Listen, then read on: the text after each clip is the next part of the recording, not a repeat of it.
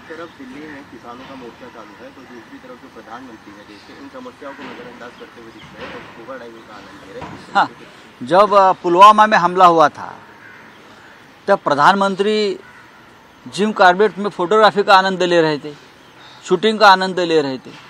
बराबर, जब भी देश में कोई बड़ा संकट होता है तो प्रधानमंत्री संकट का हल निकालने के बजाय ऐसे जगह पे होते हैं वहाँ अपना ज़िंदगी का आनंद लेते हैं। बाकी लोग मरे, जवान जय किसान, ये नारा तो ख़त्म कर दिया।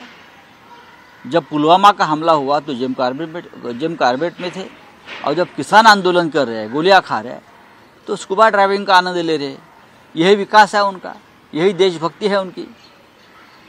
राहुल गांधी जी को आप टोकते हो ना, या और नेताओं को टोकते हो, आप ये करते हो, आप क्या करते हो मुझे बताइए। सर, मराठीतला एक प्रश्न आहे। 2024च्या नंतर भाजपा कुठे असेल याची चिंता तुम्ही करू नका। छोट्या मोठ्या 22 पक्षांना एकत्र घेऊन चालणारा पक्ष म्हणजे भाजपाचा, पण तुमच्यासारख्या बांडगुळांना दिल्ली दाखवली ती सुद्धा भाजपानंच, असं सुद्धा आशिष शेलार म्हणाले। आणि तुमचा सडकून पराभव अटळ आहे असं ते त्याच्यामध्ये सांगू द्या ना। पण तुमच्यासारख्या बांडगुळांना पण दिल्ली भाजपाने दाखवले। आता असं आहे की ज्यांच्या मनात जे स्वतःच बांडगुळ आहेत, आता बरं हे बांडगुळ कोणाचे आहेत?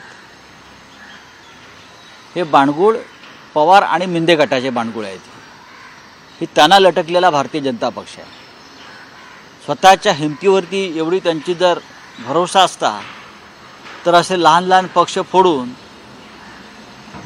अशी आघाडी बनवली नसती, अपवित्र। हे आशिष शेलार वगैरे काय बोलतात, त्यांच्या पक्षात काय चाललं जरा समजून घ्या। भारतीय जनता पक्षामध्ये सध्या अंतर्गत टोळीयुद्ध सुरू आहे आणि लवकरच त्या टोळीयुद्धाचा भडका उडणार आहे। मी आत्ता सांगतो, हे सगळं वरवर दिसतं आहे।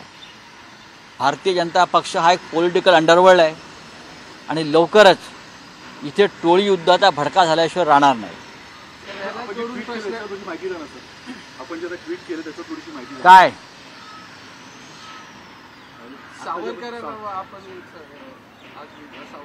बद्दल आपण पोस्ट केली आहे। यापूर्वी आपल्याला आरोप देखील केले होते की सावरकरांनी जे कार्य केलं होतं ते मात्र शिवसेनेला त्याचा विसर पडतो। मात्र शिवसेनेला वीर सावरकरांचा विषय कदापि पडू शकत नाही। आज सावरकरांचा स्मृतिदिन आहे आणि आम्ही त्यांचं स्मरण करतो, सदैव स्मरण करू।